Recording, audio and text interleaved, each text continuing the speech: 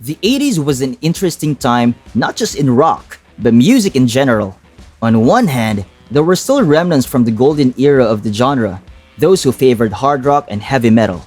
But on the other side of the rock spectrum is the burgeoning popularity of hair metal, or those who lean towards pop-oriented catchy hooks and were slightly obsessed with fabulous hair and flamboyant outfits.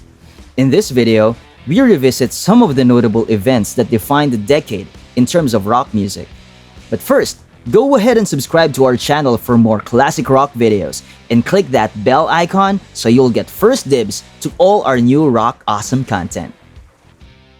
Number 5. A decade after their formation, Kiss decided to take off the makeup that became their signature look.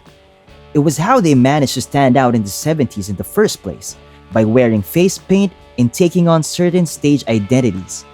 Paul Stanley as the Star Child, Gene Simmons as the Demon, Ace Frehley as the Spaceman, and Peter Criss as the Catman.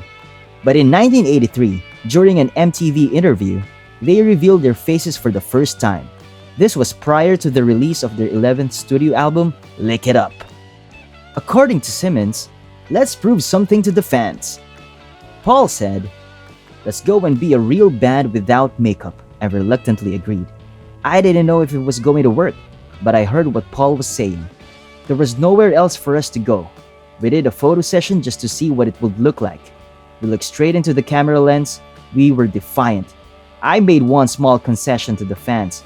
I stuck out my tongue to try to keep something that connected us with the past. Number 4.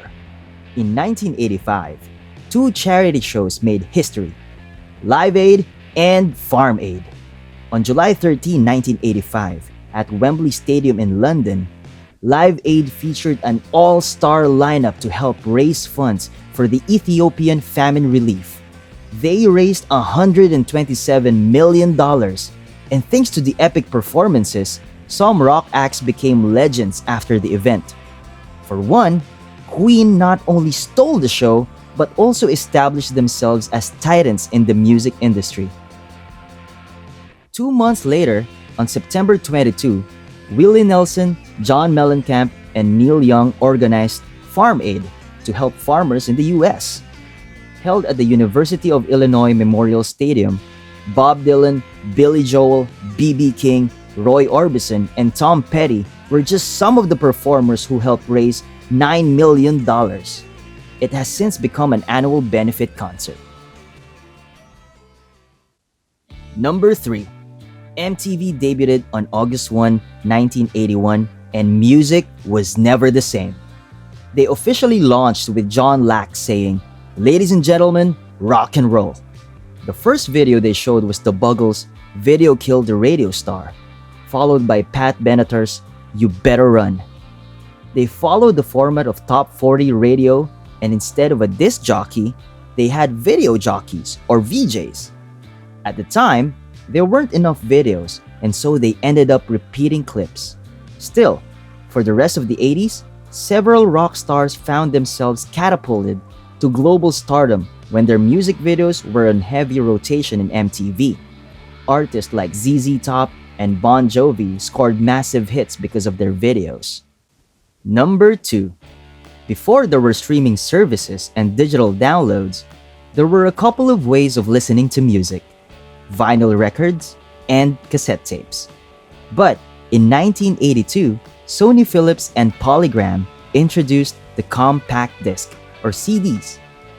The first type was made in 1979, and a year later, Sony and Philips joined forces to make it available to the public. The 5-inch shiny and circular acrylic-coated aluminum disc could play up to 80 minutes of music and required the use of a CD player. 6 years later, CDs increased in popularity and began to outsell vinyl records. Number 1. After the hard rock and heavy metal of the 70s, no one probably saw it coming, that the next decade's trend would be musicians donned in spandex suits, tight leather pants, studs and spikes, animal prints, and heavily made up with fabulous hair too. On paper, it seemed like the antithesis of a rock star. But in a way, it helped lure in mainstream audiences to rock and roll.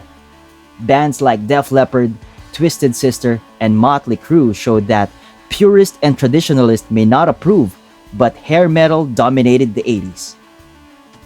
Do you like this video? Don't forget to hit the like button and subscribe for more rock and roll. See you on the next video.